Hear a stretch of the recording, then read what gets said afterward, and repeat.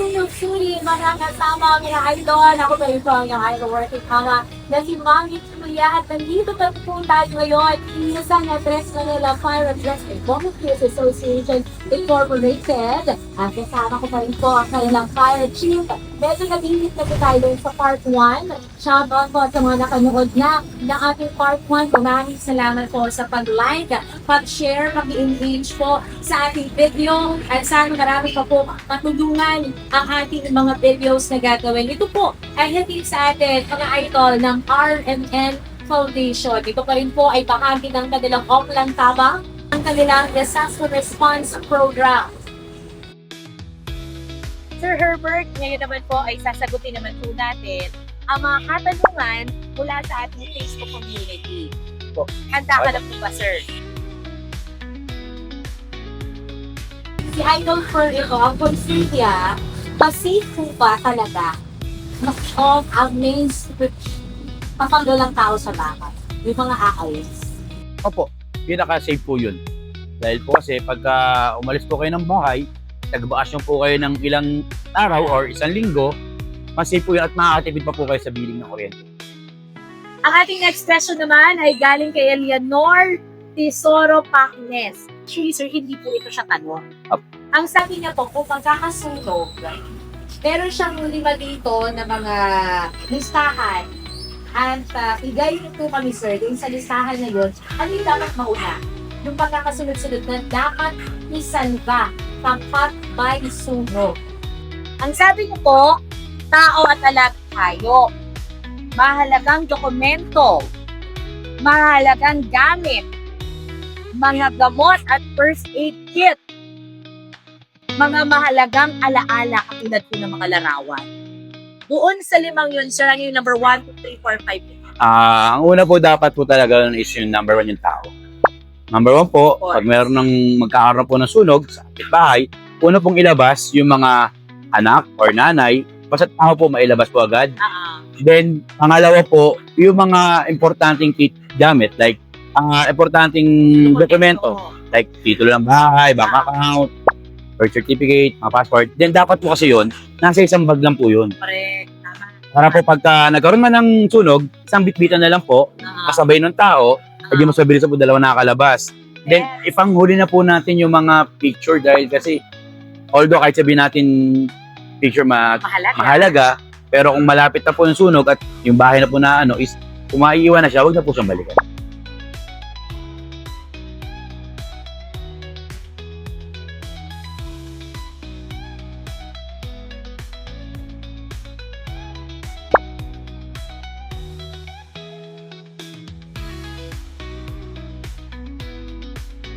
Ito naman ay katanungan na mula po kay Keith Karel Corsar. Shout out sa iyo, idol. Ang tanong niya po, safe po ba na iwan na nakasaksak ang refrigerator kapag magbabakasyon ka kahit ilang linggo lang? Salamat po, Chief. Naku po, ako po ay guilty dito dahil iniiwan namin, Chief, nang nakasaksak ang refrigerator. Safe naman din po talaga, dapat po talaga. Pag aalis po kayo ng bahay ng ilang araw, Yes. 1 week, dapat talaga i-unplug nyo. Pero kung yung ref nyo po is saksakan ng dami ng laman at masisira, pwede nyo rin po siyang hindi i-unplug. At alam nyo po na yung saksakan nyo is, yung saksakan nyo po ng ref is talagang magandang quality at hindi siya yung pipitsugin na madaling mag-init. Safe po yun. Kahit maiwan nyo po ng ilang araw, okay lang po yun. Ano po ba yung madaling mag-init? Yung mga maninipis po na mga wire na mga ano. Kasi meron po tayong yung extension na, di ba? Minsan po extension, sasaksakan mo na marami, then sasaksakan po pa ng extension, doon mo sasaksak yung ref. Pag ganun po yung sa bahay nyo, i-unplug yun na lang. Okay. Kaya lang po kasi ang ref, meron po sarili siyang saksakan na maganda. Na para sa kanya lang. Apo, para kanya lang po. Designated. Yes. Hindi siya pwedeng Agawan. share. Kasi pag uminit na, Doon po stay na yun. mag-start na po yun na pwede na po siya mag-spark sa loob. Paano na yun? Pasabog na yun. Opo. Naku, yung mga cellphone na ginagamit mo yung naka-charge, iinit yan. Yun po, yung pinaka number 1 na pag matutulog na iniiwan laging tulog, charge ng cellphone dyan, yun, delikado po kasi. Oo. Marami pa po tayo dito mga katanungan mula sa ating Facebook community. Sabi naman po dito ni Rayback, si Rayback, Safe McDonald's. Ganda ng kanyang apelido. Wow, sarap. Sabi ni Chip, wow, sarap. Oo. Sabi niya dito, Chip, gaya, tao at pamilya ang priority. Pero sa totoo lang po, pag ando na po sa gitna ng usok at panik, ano po ba ang golden rule para sa pamilya? Dapat daw ba sabay-sabay lumabas sa iisang pinto o mas safe na hiwa-hiwalay ng exit? Basta magkikita na lang sa labas. Ang ano ko po dyan is kung yung bahay nyo po, iisang pintuan lang, Siyempre, isa lang pala. mas sabay-sabay po silang lumabas. Kesa po na pag naghiwa-hiwalay po sila, kasi ang nangyayari po, hindi na po one time, kadalasan po, pag nagkakaroon na po ng usok sa atin, sa bahay natin, dapat po alam natin yung exit.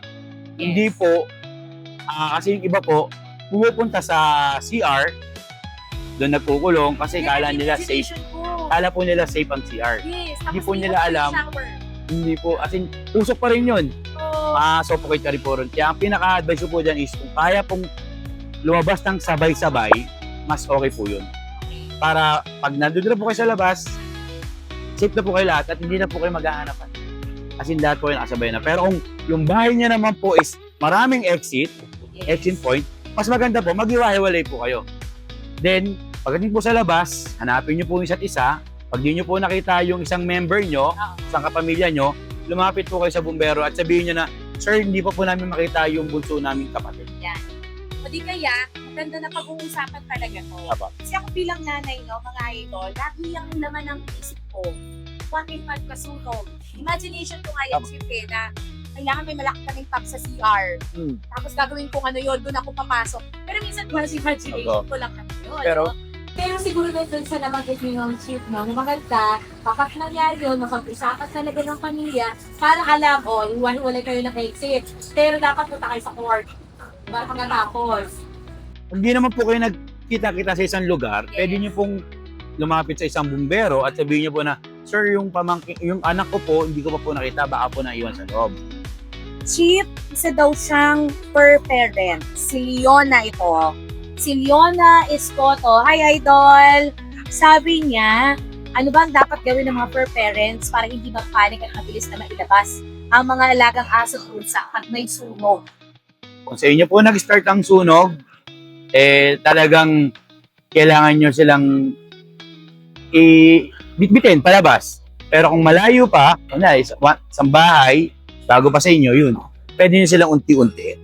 Yan. Kasi ako, kagaya po ako, may aso rin po ako sa bahay. Kung naman po sana, kung magkakaroon, bibit-bitin ko muna siyempre pamilya ko, then taka niya aso.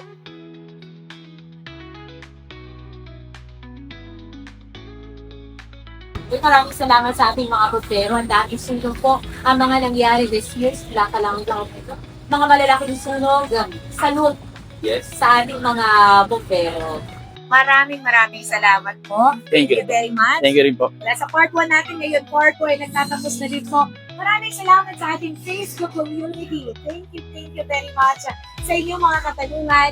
Sana po ay muling nakatulong ang mga kasagutan ng ating kasama ngayon dito sa San Andres Manila Fire and Rescue po. Volunteer Association Incorporated. Thank you very much, Thank you Sir rin po. Herbert. Thank you rin po. Maraming salamat po. Marami po kayong mga programa kung saan tinuturuan niyo po yung Ah. mga tao ano ang mga safety precautions sa pagkamay. Ang nangyayari po sa amin sa brigada po namin, pag yung isang barangay po, nagre-request sa amin ng fire safety, tinuturuan po namin sila. Yes. Ang mga tinuturuan po namin doon is yung mga council, barangay Kagawad, barangay Tanod. Minsan meron din po mga taon na sa paligid ng nila. Pero po yun. Yes. Yearly po namin ginagawa. Yung pag may request po sa amin, binibigyan po namin sila agad ng mga first aid at saka fire safety. Yun. So kung nangangailangan po kayo ng ganung klaseng servisyo, mga idol, ay message lang po kayo Yes po. kay Herbert or pwede rin po sa R&N Foundation. Mga idol, makakasahan po ninyo ang ating Oplan Tabang na handang tumulong po sa mga nangangailangan. Muli, ako po ang mga idol working mama na si Mami Julia para sa ating Sunog Suri.